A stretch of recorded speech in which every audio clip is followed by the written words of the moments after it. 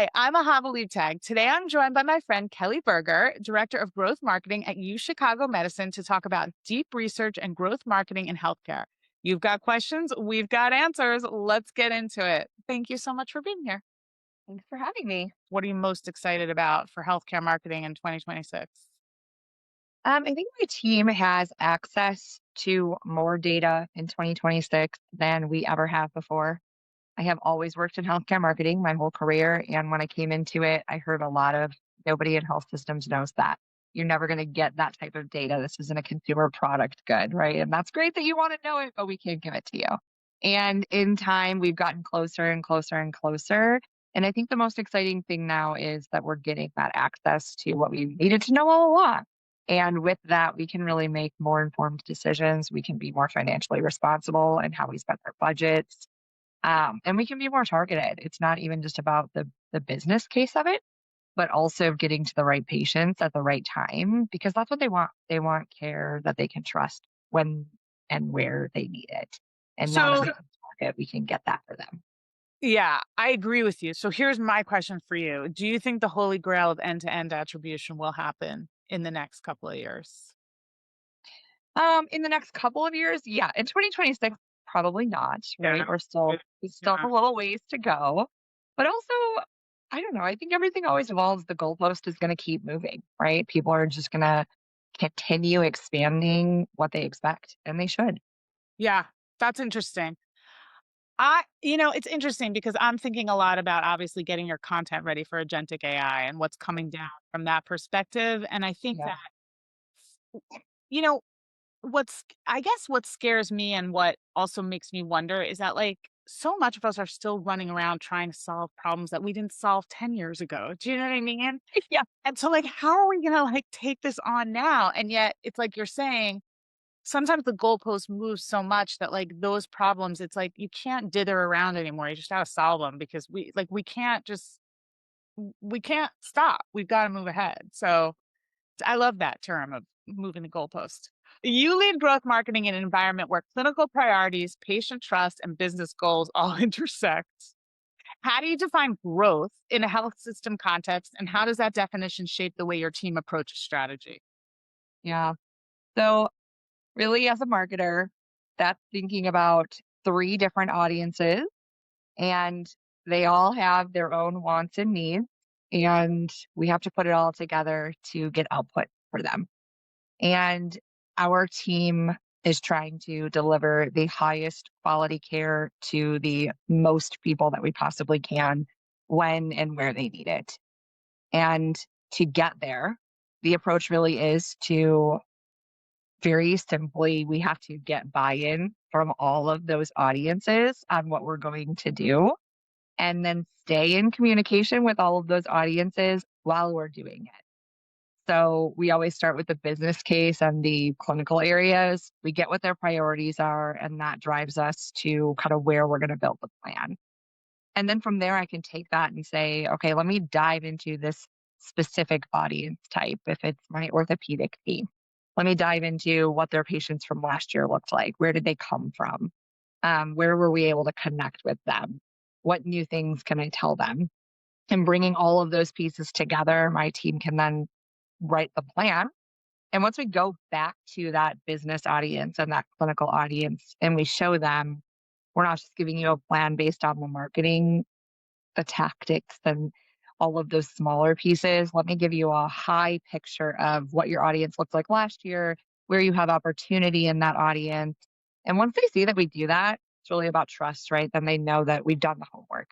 We Right. really are looking Right. at the full audience to understand how we get to them as opposed to just throwing a list of tactics at them I'm and just saying, guessing.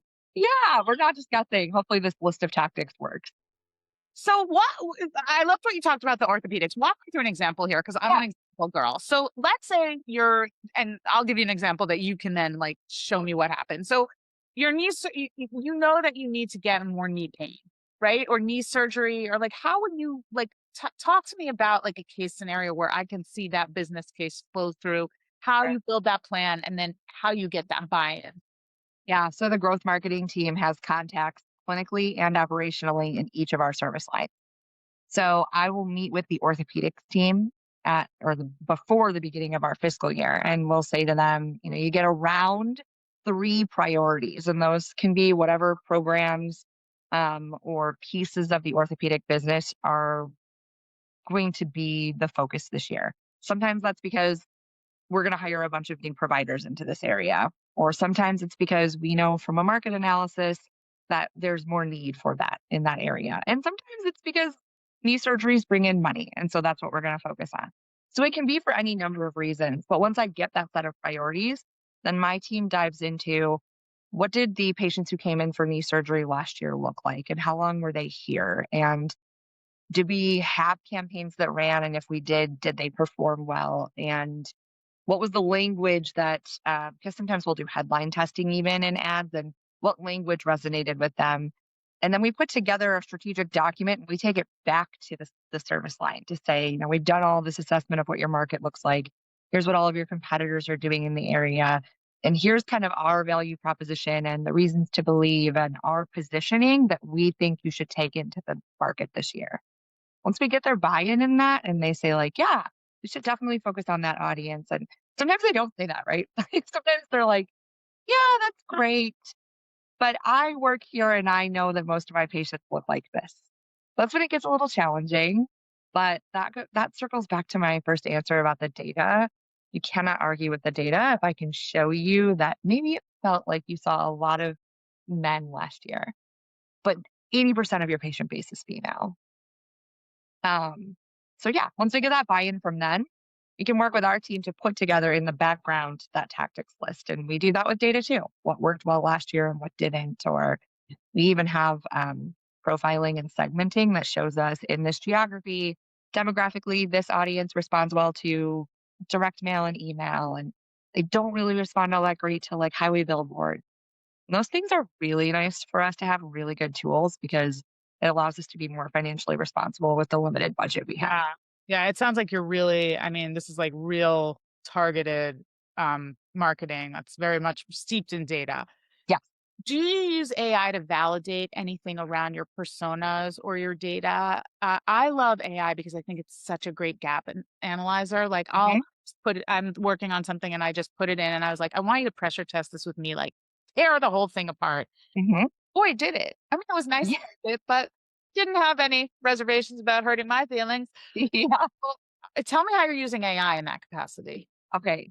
Maybe this is not true for you, but when I was in like high school, maybe even early college, we used Wikipedia as like a starting point. Like, never believe anything it says fully, but throw it in there and get some stuff to pressure test.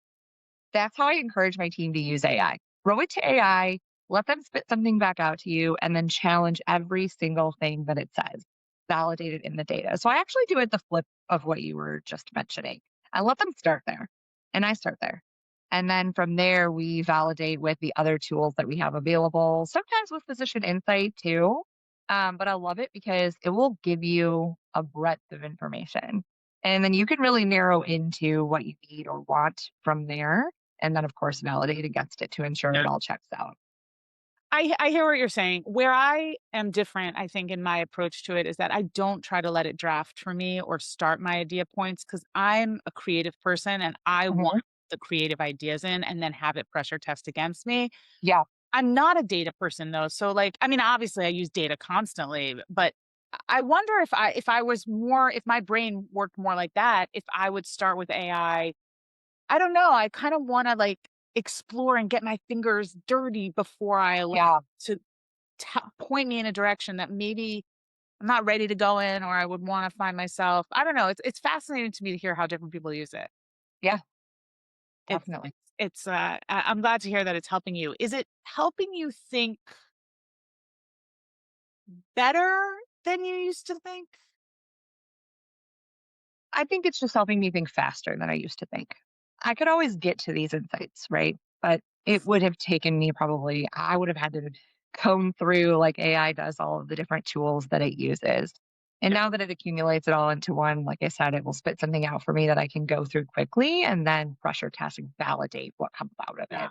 I love that. It doesn't make me think better. It makes me think faster. Yeah. I'm telling you, that's like a tagline. Call Apple up. You don't just call Taylor up. All right. Are you a Swiftie? Oh, you know what? I am a Swiftie by way of my daughter. My 9-year-old daughter is like the queen Swiftie. Ahava, I will have to send you. She was Taylor Swift a couple of years ago for Halloween. She had like long blonde curly hair. Do you see She all this stuff? Do you see all this? I love it. Yes. She would be in heaven. Can you walk us through how insight, whether from patient behavior, provider input, or market dynamics, actually makes its way into a launch decision? So I think depending on where the insight comes from, it works its way into our launch decisions a little bit differently. I'll start with physician insight because I caution my team to be really careful of physician insight. I think when you work in something every day, and this would be true for anyone, physicians or not, something can feel like the fact and it's just your experience. And somebody else, to give it a perfect example, I could have one orthopedic surgeon tell me all of my patients are coming to me from referral. And somebody in that very same department tell me my patients come strictly from Google. That feels like fact to them. And they will say it to you like it's fact. And in reality, it's just their experience. So we take that and then we validate it. We make sure that we can replicate it in our own dashboards and in our own tools. And then we try to make sure it aligns with what we would expect to see regionally and nationally. And if it doesn't, it gives us a gap opportunity. So if we think most patients could be coming to us from referral and that there's more opportunity because consumers are more frequently choosing their own surgeons or orthopedic needs without a referral, that gives us an opportunity to educate on the services that we have and put ourselves in more consumer facing tactics in that way. So then Oh, the next one was provider. And so you said provider input, yeah. patient behavior, and I want to hear about market dynamics. Yeah. So market dynamics. We use a ton of different tools to look at market dynamics. Who doesn't, right? There's a plethora of them out Yeah. there, and we should Yeah. take advantage of them. Totally. I think my favorite way to use market dynamics is to have conversations with physicians and operational leaders about why we're doing what we're doing. And I think the best work I've done with service lines has been in the years after I joined an organization, because inherently, until I build trust with the clinical and the operations folks, they do not trust that I know what I'm talking about and how to direct patients Business. to them. Yeah, all business is relationships. It's, date Yes. this. I don't trust Yep. it. It's coming from somebody I trust. Yeah. Yeah. Yeah. So even, I could come in there with all of the pie charts and all of the data. And it's always a fruitful conversation. But if I'm new to that person, even if I've been at this organization for years, if I take on a new service line, the first time I sit down with them, they're a little leery, right? They're like, I don't know where she got that or if she's applying it correctly. And so my favorite way to use that is to talk to the clinicians about why we're doing what we're doing. I think it helps to more quickly build trust with them than my just coming in and saying, I've been doing this for 12 years and here's the experience I've had. That's great. That helps in some situations. You can't argue with the data quite as easily.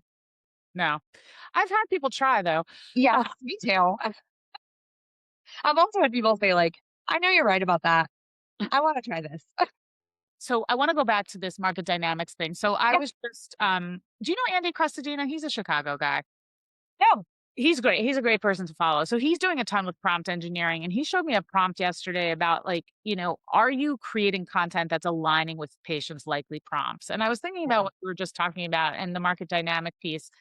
And I'm wondering, like, do you actually create a persona of the person that you're creating this kind of campaign for, this growth marketing campaign? And you Mhm. actually go in and you say, like, okay, if you were this patient, which institution in Chicago would you choose of these four? And that's another way to validate some of those market issues. And I'm obviously thinking about it as a content person and storyteller because a huge part of what's going to drive that person's decision is the information that they find out about you on Yeah. it. So is that there? And are your competitors saying something different than you are? And can you Okay. catch that?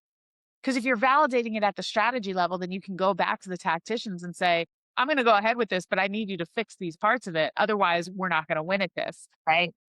That's Yeah. I love that way of like thinking about the market dynamics and the competition really influencing how you're positioning yourself and where you might be missing something. That's such a great idea. And Chicago is such a busy healthcare Oh my market. gosh. Yes. And there are only so many ways I can tell you that we have appointments available today, right? Like that I work in a lot of primary care marketing and I'm like, you know what they want? They want care when they need it. And there are only so many ways to say that. But that's a very interesting, yeah, when we look at the different segments that we have, the way that the busy mom is looking for healthcare and the way that the busy working mom is looking for healthcare and the way that the busy stay-at-home mom is looking for healthcare. Those are different. And at a time, we looked at how moms were looking for healthcare. And we target even further in now Yes. um, to Yes. segment out subgroups of even the larger groups that we started with. When we talk about targeting in healthcare, what I want to know is why more healthcare organizations go after the insurance providers and find out who the insured patients are and triangulate that data with targeting. The databases are not kept up to date.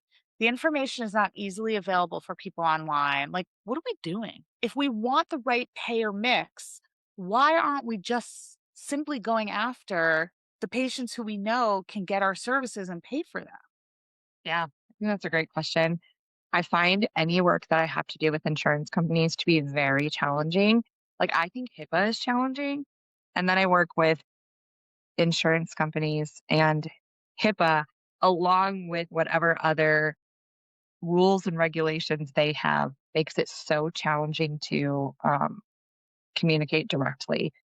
For instance, it's even a challenge sometimes when we're going to drop a insurance or when an insurance is going to drop us. And we just want to communicate to our patients that that's going to happen. Even that is like a 10-step process. And you and I, as marketers, know the data is the data. It's there. We should be able to export it very easily and, share it across. It is not easily done in that way. But I think more communication with both insurance companies and referrers. I think a lot of times what I see is the focus when you sit with hospital administrators and clinicians even is on the patient themselves and like communicating directly with the patient. And they're only making that decision by themselves a very small percentage of the time in things that are really top of funnel. Primary care and urgent care, sometimes an It's true. ortho if it's something simple. But we Yeah. have not talked to the referring providers nearly enough. And those conversations have to be more one on one. You have to rely on your physician relations or your physician liaison teams. And the marketing and the physician liaison teams have to work so closely together because the message has to be the same. It has to be consistent when I'm talking to the consumers and when they're talking to the referrers. Obviously, like you both different proof points, the quality metrics are going to be more important to the physicians and the types of imaging and different things that wouldn't be as meaningful. But the baseline value prop needs to be quality and safety and it needs to be consistent. And I think very frequently physician relations and marketing teams work too separately.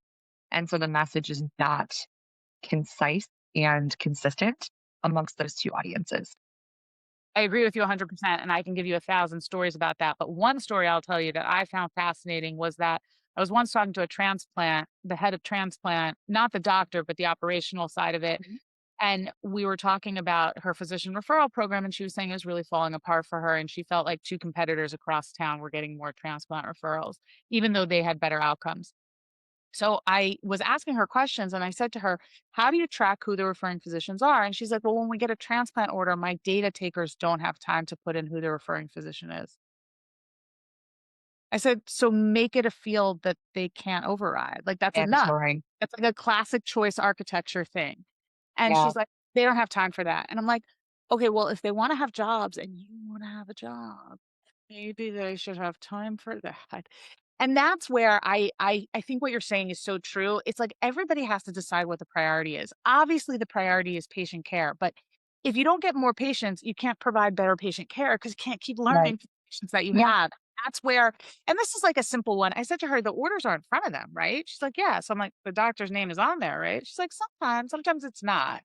And I'm like, I, I, I find that hard to believe. Like, they're gonna, Yeah. somebody has to be ordering this Yeah. like, Ahava Leibtag. I think this person might need a transplant, Right. Exactly what you're saying is exactly like, and there's so many issues like that where data is not being captured at, I guess in CPG, you would say like point of sale or whatever Yeah. we call it in healthcare. I don't even know. Point of Point of service, maybe care. point of care. Yeah. So Mhm. that's why we're all flying blind with no fuel and no wings, you know?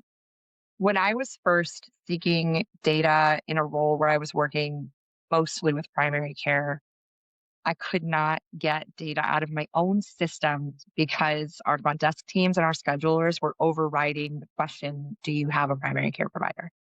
Just a simple yes, no, and they were overriding it. So I would be like, I have to be able to export all of the patients that don't have primary care in our system. And they were like, it's inconsistently filled out. And I was like, well, we have to flag that. That cannot be. And I worked very closely with operations and we got it done. And it really changed even just the ability to know. Like, I don't know what I'm up against. I don't even know what my goals should be if I don't know what amount of people I'm already capturing. Yeah, I agree. You're 100% right. Well, Kelly, it was great to have you. Thank you so much for being here. And thanks to our viewers for joining in. I hope you got the answer you needed today. If you have a burning question, put it in the comments or email it to ahava.leibtag at ahamediagroup.com. I will see you next time.